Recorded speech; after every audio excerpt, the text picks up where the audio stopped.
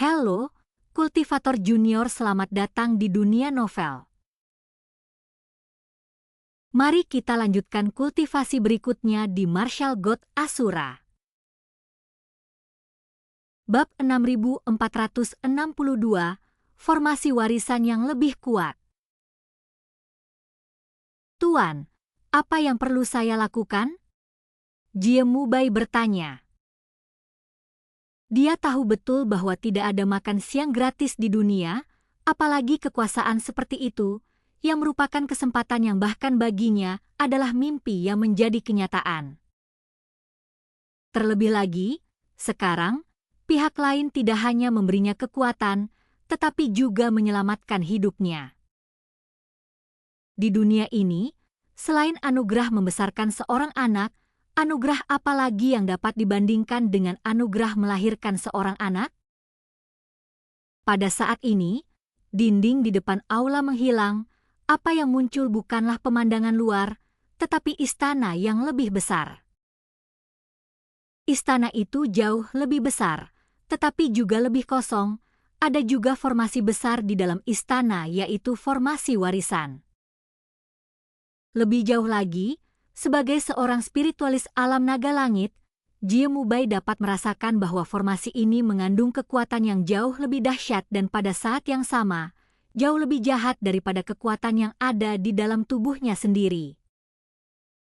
Pembentukan warisan ini belum ada dalam jangka waktu yang lama, tetapi tidak ada hubungannya dengan dia. Tuan, apakah ada orang lain yang mewarisi warisan Anda? Tanya Jie Mubai. Saya merasa sedikit tidak nyaman, saya pikir dia sangat dihormati.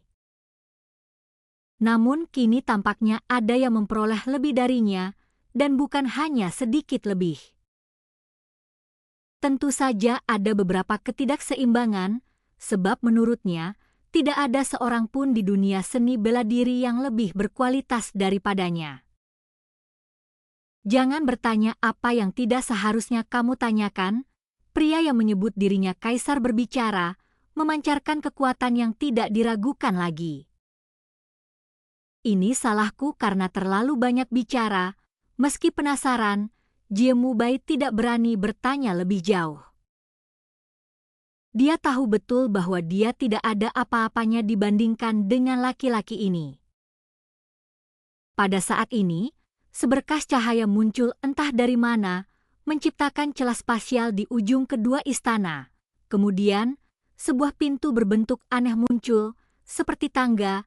Pintu ini adalah gerbang surgawi. Masukkah?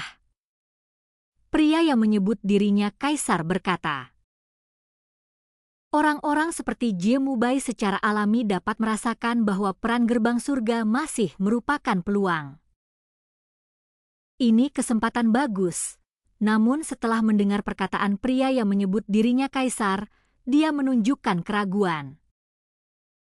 Dia akhirnya memperoleh kekuatan semacam ini, dan dia tidak ingin memasuki sungai surgawi ke-9 begitu saja.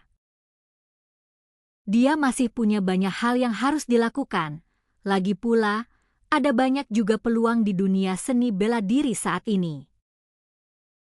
Maka Jie Mubai bertanya ragu-ragu, Tuan, bolehkah saya pergi nanti? Kaisar ini memberimu kekuatan, bukan untuk membiarkanmu memamerkan kekuatanmu di 8 sungai surgawi ini. Pria yang menyebut dirinya kaisar menghalangi pikiran Jie Mubai hanya dengan satu kalimat. Aku memilihmu karena kamu punya bakat, tapi hanya itu saja. Dunia seni bela diri saat ini membatasi perkembanganmu. Hanya dengan melangkah ke sungai surgawi ke-9, kau dapat benar-benar melepaskan bakatmu. Meskipun akumulasi Anda selama bertahun-tahun juga akan membantu Anda tumbuh pesat setelah memasuki sungai surgawi ke-9. Namun semakin awal Anda masuk, semakin cepat Anda akan tumbuh secara alami. Yang harus kau lakukan adalah meningkatkan kekuatanmu secepat mungkin, dengan segala cara, agar suatu hari nanti kau bisa digunakan oleh kaisar ini, kata pria yang menyebut dirinya kaisar. Tuan, apa yang perlu saya lakukan? Akan lebih baik bagiku untuk membuat persiapan terlebih dahulu, Jie Mubai bertanya. Karena tidak mengetahui niat sebenarnya dari pihak lain, dia selalu merasa gelisah. Jika kamu bisa tumbuh sampai titik di mana aku merasa puas, aku secara alami akan mencarimu. Jika kau gagal berkembang, kau bahkan tidak akan memenuhi syarat untuk melayani kaisar ini. Apakah kau mengerti? Pria yang menyebut dirinya kaisar berkata. Setelah kata-kata ini diucapkan, wajah Jie Mubai menjadi sedikit malu. Dari kecil hingga dewasa, ia selalu menjadi jenius yang memukau di dunia seni bela diri. Ini pertama kalinya ia menerima penilaian seperti itu. Lemah? Begitu lemahnya, sampai-sampai dia bahkan tidak memiliki kualifikasi untuk bekerja untuk pihak lain? Itu sungguh sikap mengabaikan yang berlebihan. Meski dia tidak senang, dia tidak berani membantah apapun. Tuan, saya pasti tidak akan mengecewakan Anda. Bawahan menunggu kedatangan perintah tuanku. Meskipun sangat enggan, Jie Mubai tetap memasuki gerbang surgawi dengan patuh setelah menunjukkan kesopanan yang besar. Jie Mubai melangkah masuk, gerbang surgawi tertutup, dua aula utama kembali normal, dan sesosok muncul di aula. Ini adalah pria paruh baya, rambut hitamnya sangat halus dan tergerai di belakangnya, tetapi tidak terlihat berantakan sama sekali.